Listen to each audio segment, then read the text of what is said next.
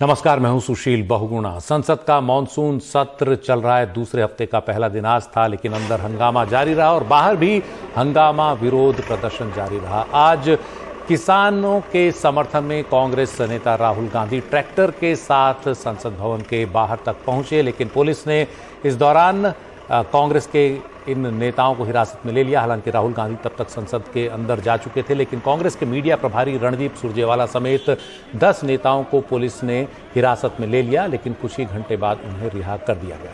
इन नेताओं के खिलाफ क्या कानूनी कार्रवाई आगे की जाएगी, पुलिस इस पर शाम को विचार करेगी। पुलिस सूत्रों का कहना है कि राहुल गांधी ट्रैक्टर लेकर संसद की तरफ आए, इस मामले पर भी कानूनी कार्रवाई की जाएगी। राहुल गांधी आज मोतीलाल नेहरू चौक से संसद की ओर ट्रैक्टर पर सवार होकर निकले थे।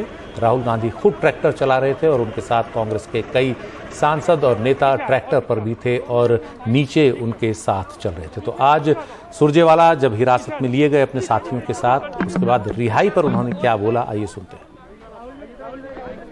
ये लड़ाई निर्णायक जंग है और ये जंग जारी रहेगी, क्योंकि ये जंग इस देश के खेत खलिहान की रक्षा की है।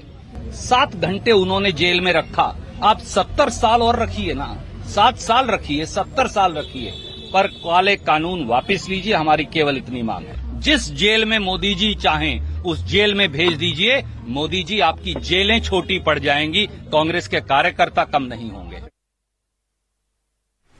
हमारे साथ हमारे सहयोगी उमा शंकर सिंह हैं। उमा, रणदीप सुरजेवाला कह रहे हैं कि किसानों के समर्थन में जेल भी जाना पड़े तो भी कांग्रेस पीछे नहीं हटेगी।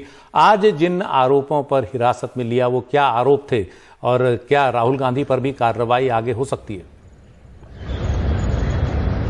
जी देखिए, पुलिस की तरफ से साफ नहीं किया गया है कि किस तरह के आरोपों पे क्या कार्रवाई होगी और हमारे सहयोगी मुकेश सैंगल इस बारे में ज्यादा बता पाएंगे, जो पुलिस सूत्र से लगातार बात कर रहे हैं। ये जो आज प्रदर्शन था उसका जो पॉलिटिकल एस्पेक्ट है वो ये है सुशील की राहुल गांधी ने इस बात को जोर देने की कोशिश की कि किस तरीके से वो किसानों के साथ हैं और किसान, आपको याद होगा सुशील की कैसे उन्होंने ट्रैक्टर के जरिए प्रदर्शन किया था। हालांकि बाद में वो हिंसक हो गया था, जांच बैठी थी और वो एक अलग विवाद का पहलू बनकर रह गया था। लेकिन एक राजनीतिक दल होने के नाते जिस तरह से संसद के भीतर कांग्रेस पार्टी सवाल उठा रही है इन 3 कानूनों पर, उसी को और ज्यादा एक आवाज देने के लिए राहुल गांधी ने यह तरीका अपनाया। इस तरीके के अपनाने में कुछ नियम कायदे टूटे हैं जिसके ऊपर पुलिस विचार कर रही है। अव्वल तो ये कि इस पूरे इलाके में धारा 144 लगी होती है, तो उससे संबंधित जो कोई भी धारा होगा वो हो सकता है कि लगाया जाए। और क्योंकि दिल्ली शहर में जो ट्रैक्टर है उस पर पाबंदी है, जो एनसीडी या एनडीएमसी या इस तरह के कामकाज में जो ट्रैक्टर इस्तेमाल होते हैं बस वही इस्तेमाल किए जा सकते हैं, उसके अलावा कोई ट्रैक्टर का इस्तेमाल नहीं कर सकता दिल्ली की सड़क पर। ऐसा मुकेश ने मुझे बताया है। तो इस बाबत में आपको ये बता रहा हूं कि हो सकता है इस मामले पे कोई एक कानूनी जो रास्ता है वो अख्तियार किया जाए। लेकिन इसका लार्जर पर्सपेक्टिव ये है कि राहुल गांधी ने अपनी तरफ से सड़क के ऊपर आकर ट्रैक्टर खुद चलाते हुए आवाज देने की कोशिश की। हालांकि जिस तरह से संसद के भीतर लगातार इस पे हंगामा हो रहा है, सरकार टस से मस होने को तैयार नहीं। वो कह रही है कि जो कानून है वो वापिस नहीं होंगे।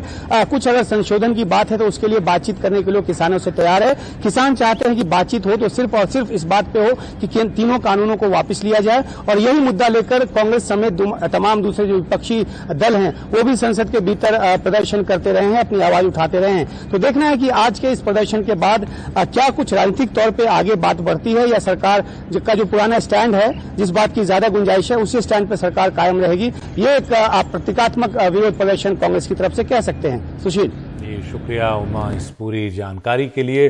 कांग्रेस इस प्रदर्शन को और कितना आगे ले जाती है आपको बता दें। किसान भी अभी धरने पर बैठे हुए हैं, प्रदर्शन पर बैठे हुए हैं दिल्ली की सीमाओं पर। दिल्ली में किसान संसद भी चल रही है, तो कितना मुद्दा कांग्रेस आगे ले जा पाती है ये आने वाले दिनों में देखा जाएगा। इस बीच केंद्रीय मंत्री मुख्तार अब्बास नकवी ने राहुल गांधी की इस ट्रैक्टर यात्रा को फोटो अपॉर्चुनिटी यानी तस्वीरें लेने का एक मौका बताया।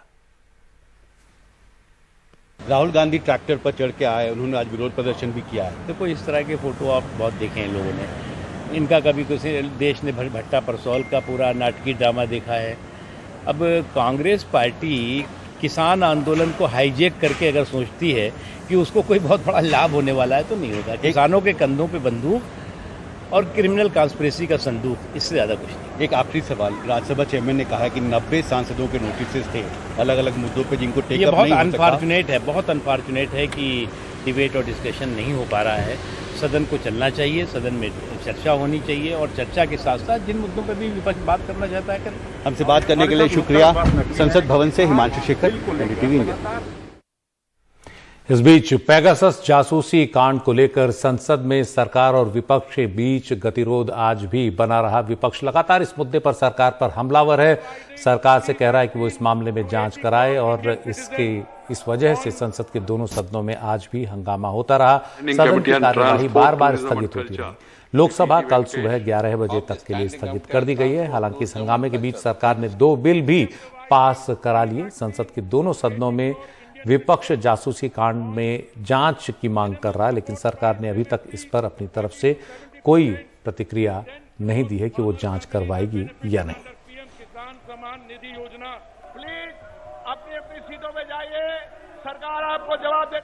समाजवादी पार्टी के अध्यक्ष और आजमगढ़ से सांसद अखिलेश यादव ने जासूसी के मामले को लेकर केंद्र सरकार पर निशाना साधा। उन्होंने एनडीटीवी से बातचीत में कहा कि इतने बड़े बहुमत के बाद भी सरकार जासूसी क्यों करवा रही है, उसे इसका जवाब देना ही चाहिए।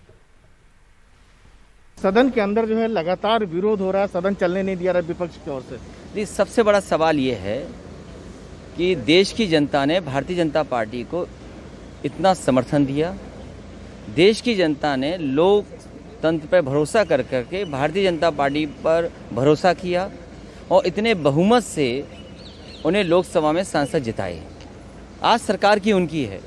जब पूरे देश की जनता का भरोसा है तो आखिरकार जनता की जासूसी क्यों कर रहे हैं आप? जो अधिकारी हैं उनकी जासूसी हो रही है, उनकी पार्टी के अपने नेता हैं उनकी जासूसी हो रही है। तो आखिरकार जासूसी क्यों चाहती है भारतीय जनता पार्टी की सरकार? ये अपराध है जो भारतीय जनता पार्टी ने किया है। लेकिन सरकार कह रही है कि कोई अपराध नहीं है, केवल षड्यंत्र है, आप लोग जानबूझकर बदनाम करा, सब कुछ मामला है ही नहीं। मुझे याद है कि कुछ वर्षों पहले उस समय जो केंद्र में सरकार थी उसने भी समाजवादी पार्टी के कई नेताओं के घरों के फ़ोन टेप कराए थे, जिसमें नेताजी का फ़ोन था। आज हमारे बीच नहीं है अमर सिंह जी अंकल, उनका फ़ोन था। तो कहीं ना कहीं वो टेप बाहर आए थे। ये भारतीय जनता पार्टी की बड़ी साजिश है देश की सुरक्षा को लेकर के भी, कि अगर बातें रिकॉर्ड करेंगे अधिकारियों की, बड़े बड़े अधिकारी जो हैं, तो ये तमाम सवाल हैं जिसका सरकार को जवाब देना चाहिए। और वहीं हमारे किसान आज भी आंदोलन कर रहे हैं। इस देश के किसान कैसे भूल जाएंगे कि इस देश के किसानों को भरोसा दिलाया गया था कि उनकी आय दोगुनी हो जाएगी। मैंने उत्तर प्रदेश का भारतीय जनता पार्टी का संकल्प पत्र पढ़ा है। पहले पन्ने पे भारतीय जनता पार्टी ने लिखा है कि उनके किसानों की आय दोगुनी हो जाएगी। अब चुनाव में जाने वाली है भारतीय जनता पार्टी। आज ही भारतीय जनता पार्टी ये बताए कि किसानों की इस महंगाई में आय क्या है। और पेगासस जासूसी कांड की बात करें तो केंद्र सरकार ने अभी तक इसकी जांच को लेकर कुछ भी नहीं कहा है, लेकिन उधर पश्चिम बंगाल की मुख्यमंत्री ने इसकी जांच के लिए कमेटी बना दी है। मुख्यमंत्री ममता बनर्जी ने आज ये ऐलान किया। इस कमेटी के अध्यक्ष होंगे सुप्रीम कोर्ट के पूर्व जज जस्टिस एमबी लोकुर और इसके सदस्य होंगे कलकत्ता हाईकोर्ट के पूर्व चीफ जस्टिस ज्योतिर्मय भट्टाचार्य। ममता बनर्जी ने कहा कि बंगाल में कई लोगों के फोन टैप हुए हैं। मैं चाहती हूं कि जल्द से जल्द इंसाफ की प्रक्रिया शुरू हो। ये छोटा सा कदम दूसरों को भी जगाने में मदद करेगा। In exercise of power conferred by Section 3 of the Commission of Inquiry Act, Lokur 1950, retired Judge, Honorable Supreme Court of India, and Honorable Justice Jyotirmoy Bhattacharya, retired Chief Justice, Honorable High Court at Calcutta, in exercise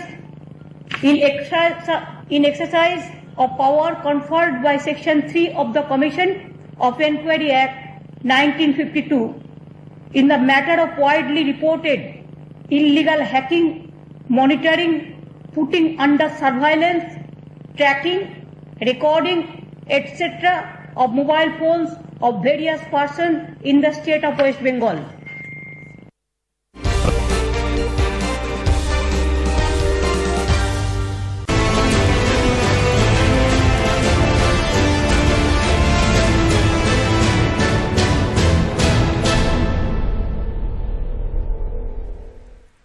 एक और संसद का monsoon सत्र चल रहा है तो वहीं दिल्ली के जंतर मंतर पर किसानों की संसद चल रही है और आज इस किसान संसद की कमान महिला किसानों ने संभाली थी। आज 200 महिला किसान जंतर मंतर पर पहुंची और उन्होंने खेती से जुड़े, किसानों से जुड़े तमाम मुद्दों पर चर्चा की। तीनों कृषि कानूनों के खिलाफ आवाज बुलंद की, उनकी जो कमियां हैं वो गिनाई और अपनी जो मांगे हैं सरकार के सामने वो रखी। तीनों कृषि कानूनों को वापस लिए जाने की एक बार फिर सरकार से पुरजोर मांग की। 200 किसान, महिला किसान सिंघू बॉर्डर से पुलिस के अगुवाई में, पुलिस के एक तरह से सुरक्षा घेरे में जंतर मंतर पहुंचे और उधर आज ही गाजीपुर बॉर्डर पर भी शाम 4 बजे से किसान चौपाल हुई, जिसमें किसानों के अलावा मशहूर गायक बब्बू मान, हरजीत हरमन समेत कई कलाकारों ने भी हिस्सा लिया। और दिल्ली की सरहदों पर किसान आंदोलन को चलते हुए 8 महीने हो चुके हैं। 26 नवंबर को किसान दिल्ली की सरहदों पर आकर बैठ गए थे। आज 26 जुलाई आ चुकी है, 8 महीने हो चुके हैं। तो विरोध स्वरूप आज जंतर मंतर पर महिला किसान संसद का आयोजन किया गया है। ये देखिए, यहाँ आज सभी बोलने वाले और जो श्रोता हैं सब, यानी जो 200 किसान रोजाना जंतर मंतर पर आते हैं, ये सभी 200 किसान जो हैं ये सब महिलाएं हैं और महिलाएं ही जो हैं इस किसान संसद को चला रही हैं, वो ही बोल रही हैं, सारी कार्रवाई वो ही कर रही हैं। तो हम भी जो अलग अलग नेता यहाँ पर आए हैं, जो अलग अलग महिला किसान यहाँ पर आई हैं, जो ये मुद्दा उठा रही हैं, उनसे बात करते हैं। फिल्म एक्ट्रेस गुलपनाग है मेरे साथ, जो कि शुरू से किसान आंदोलन का समर्थन कर रही हैं और आज भी जंतर मंतर पर आई हैं। मैम, सबसे पहले तो जो महिला किसान संसद है, इसका कैसा अनुभव देख रही हैं आप? देखिए, मेरा शुरू से जो मोर्चे के साथ अनुभव रहा है दिसंबर से बहुत ही बढ़िया रहा है। लोगों ने अलग अलग टाइप की बातें कहने की कोशिश की कि महिला सेफ नहीं है, ये नहीं है, वो नहीं है। मैं तो शुरू से यहाँ पे अकेली आती हूँ, तो आज भी मुझे इस महिला संगठन का एक हिस्सा बनने पर एक तो बहुत गर्व है और मैं बहुत आभारी हूँ एसकेएम की कि उन्होंने मुझे चुना इन 200 डेलीगेट्स में से मुझे यहाँ भेजने के लिए। और ये एक रिमाइंडर है कि नॉर्मल पॉलिटिकल डिस्कोर्स में कम से कम 50% तो महिलाओं की भागीदारी होनी चाहिए। वो तो है नहीं, तो हम बस ये लोगों को याद दिलाना चाहते हैं कि भाई एक तो महिलाएं भी चला सकती हैं, उनकी भागीदारी होनी चाहिए। और असल में चर्चा चाहे पुरुष करें या महिलाएं करें, किस तरीके से होनी चाहिए पार्लियामेंट में, जो हमारी पार्लियामेंट शायद भूल चुकी है। कहाँ जाता हुआ लग रहा है आंदोलन? देखिए, हमें आशा नहीं थी कि पैंडेमिक के थ्रू भी किसानों को यहाँ रहना पड़ेगा, पर लगता ऐसे है कि सरकार अड़ी हुई है। सरकार ये मानने को तैयार नहीं है कि कानूनों को रद्द करना चाहिए। इस बात से सरकार सहमत है कि कानूनों में कमी है, इसीलिए 75% तो चेंजेस करने को तैयार हो चुकी है। पर मेन मुद्दा ये है कि एक लोकतंत्र में, एक जमहूरियत में, एक डेमोक्रेसी में कानून पास करने का एक तरीका होता है और उसका इस सरकार ने उल्लंघन किया है। ये जो मोर्चा है, ये सिर्फ 3 कृषि कानूनों के बारे में अब नहीं रहा। वो हमारी रीढ़ की हड्डी है और वो रहेगी किसानों के मोर्चे की। लेकिन जिस मर्यादा का उल्लंघन, जिस लोकसभा का, जिस पार्लियामेंट के प्रोसीजर का उल्लंघन इस सरकार ने किया है, उसके प्रति तो मोर्चा नहीं उठने वाला।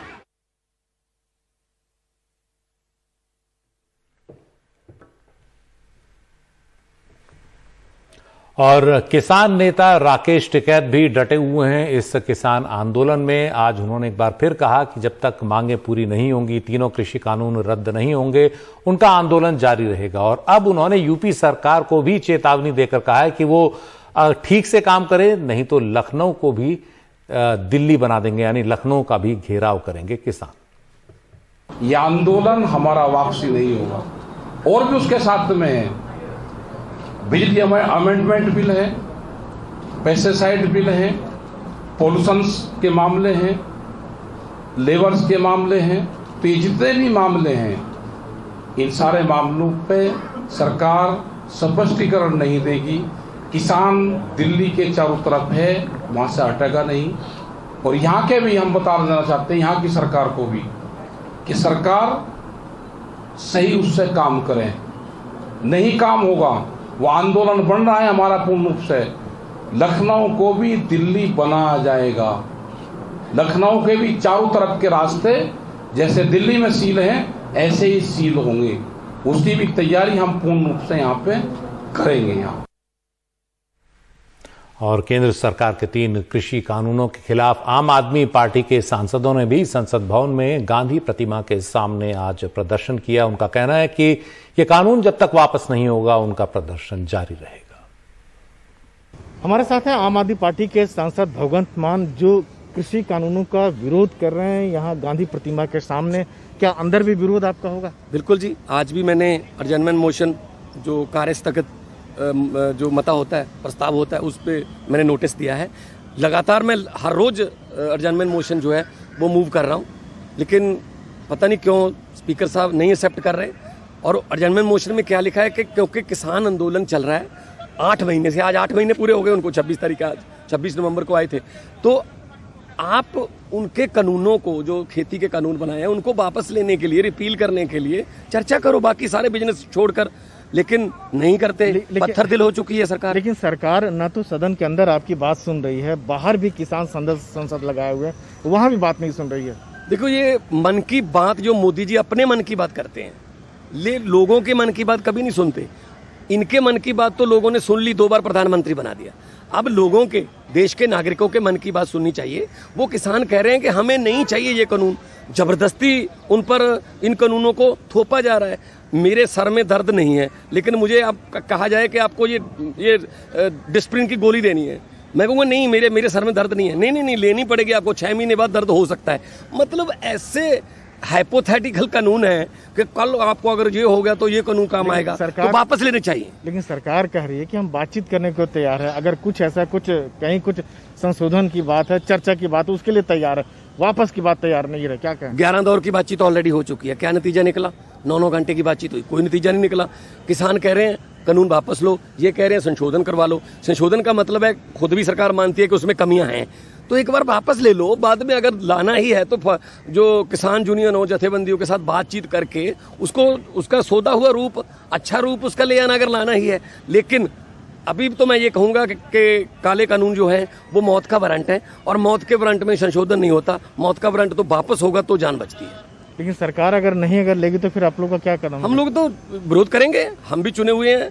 हम संगरूर जो है वो पूरे पंजाब में सबसे ज्यादा गेहूं और धान पैदा करता है, इसका मतलब सबसे ज्यादा किसान वहां पे हैं। किसानों के द्वारा मैं चुन के यहाँ भेजा गया हूँ। हम अंदर विरोध कर रहे हैं, किसान जंतर मंत्र पर बैठे हैं, दिल्ली की सरहदों पर बैठे हैं, गर्मियां झेल ली, सर्दियां झेल ली, उन्होंने तूफान झेल लिए, अब अपमान भी झेल लिए। पता नहीं क्या क्या उनको मवाली, गुंडे, ये देशद्रोही, नक्सली, पता नहीं क्या क्या उनके बारे में बोला जा रहा है। लेकिन मैं ये कहना चाहूंगा कि वो अन्नदाता है, वो अन्नदाता है जो अपने खेत में चिड़ियों, तोते, कबूतरों के लिए भी दाने छोड़ देता है कि इनका रिज्क भी मैं दूंगा। तो ये थे आम आदमी पार्टी के सांसद भगवंत मान, जिनका ये कहना है कि अंदर बाहर जो है, जो नए कृषि कानून है उनका विरोध जारी रहेगा। नई दिल्ली में हिमांशु शेखर के साथ राजीव रंजन, NDTV इंडिया।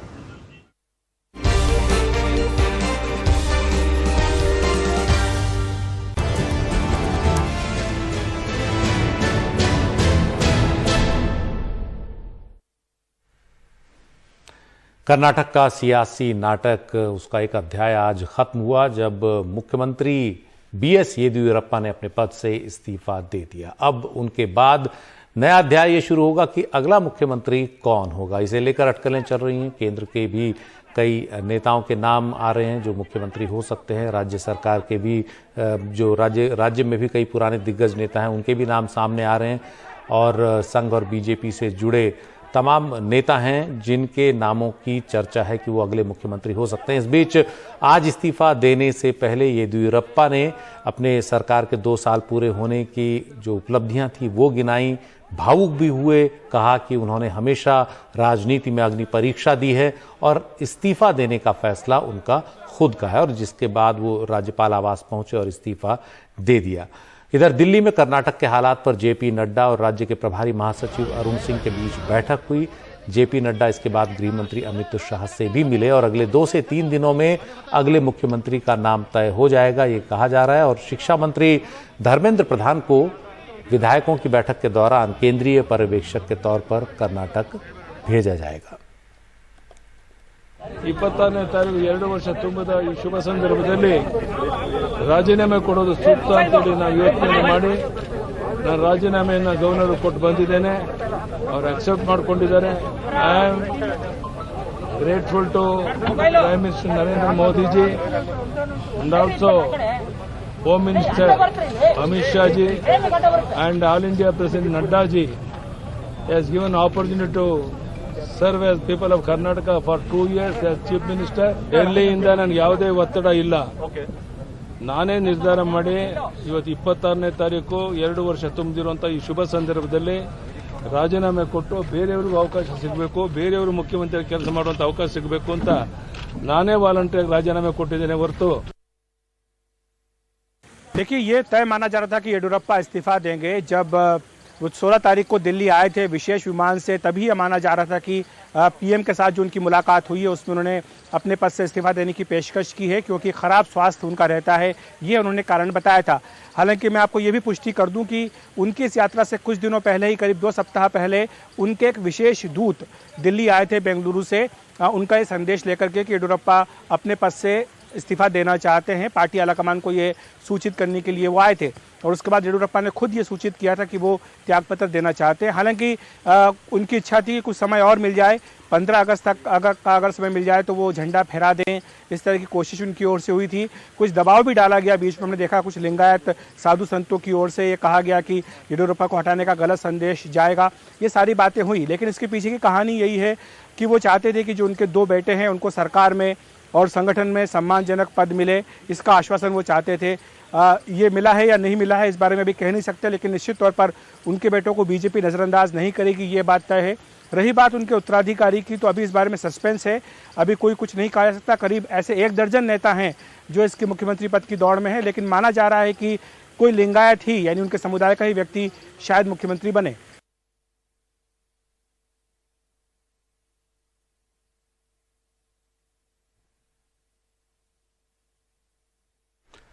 कांग्रेस के राज्यसभा सांसद सैयद नासिर हुसैन का कहना है कि येदियुरप्पा को पेगासस कांड से डरा धमकाकर इस्तीफा लिया गया है. जिस तरह से सरकार चल रही थी, अनैतिक सरकार थी, डे 1 से इंस्टेबिलिटी थी, भ्रष्टाचार से लिप्त थी और पूरी तरह से कोविड का मिसहैंडलिंग था और कोविड के टाइम पे बहुत ज़्यादा भ्रष्टाचार था, बाई इलेक्शंस में हार रही थी. तो इनको लगा कि जो है इस चेहरे के साथ में ये आने वाले चुनाव में जा नहीं सकते, इसलिए चेहरा बदल के अपने हाउस को ऑर्डर में डालने की ये कोशिश कर रहे हैं. इसीलिए येडियुरप्पा को डरा धमका के इस्तीफा देने लगा है. पेगासस का धमकी दे के दिला के इनको इस्तीफा दिलाया गया है. इसीलिए कुछ दिन तक तो कम से कम ये बीजेपी में रहेंगे, छोड़ेंगे नहीं.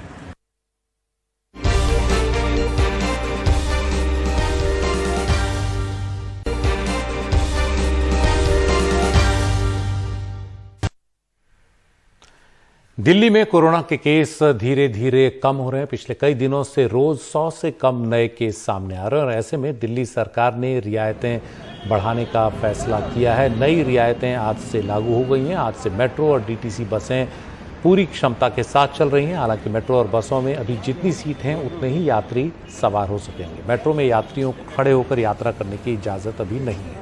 100% क्षमता के साथ मेट्रो के शुरू होने के बाद आज कई मेट्रो स्टेशनों में लोगों की लंबी कतार दिखी. अक्षरधाम मेट्रो के बाहर तो सैकड़ों लोग कतार में दिखे. इसके अलावा 50% क्षमता के साथ सिनेमाघर, थिएटर और मल्टीप्लेक्स भी आज से खुल गए.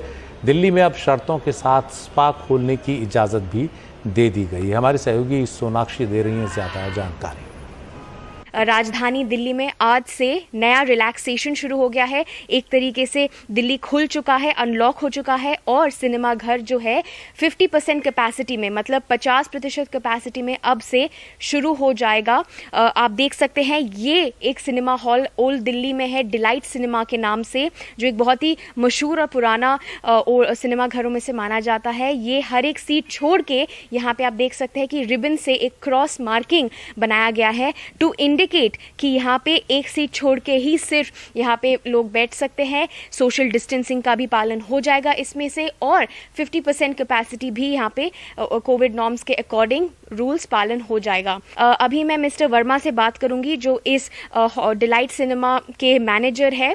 उनसे हम जानने की कोशिश करेंगे कि अब आज से लेके सिनेमा घरों में क्या क्या देखने को मिलेगा और क्या क्या नहीं देखने को मिलेगा.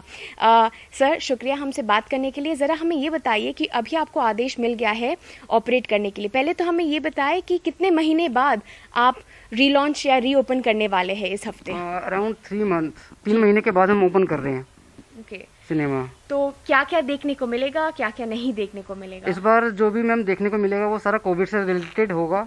जब आप एंट्री करेंगे तो गाइडलाइंस के अकॉर्डिंग ही एंट्री करेंगे, विद मास्क कंपलसरी है सिनेमा के अंदर। और जब आप एंट्री करेंगे तो सैनिटाइज़र, टेम्परेचर, ये सब मैंडेटरी है। और ये नई नई चीज़ें अंदर आके आपको गाइडलाइंस भी दिखाई देंगी जो हमने स्क्रीन पे अभी शो करी हैं।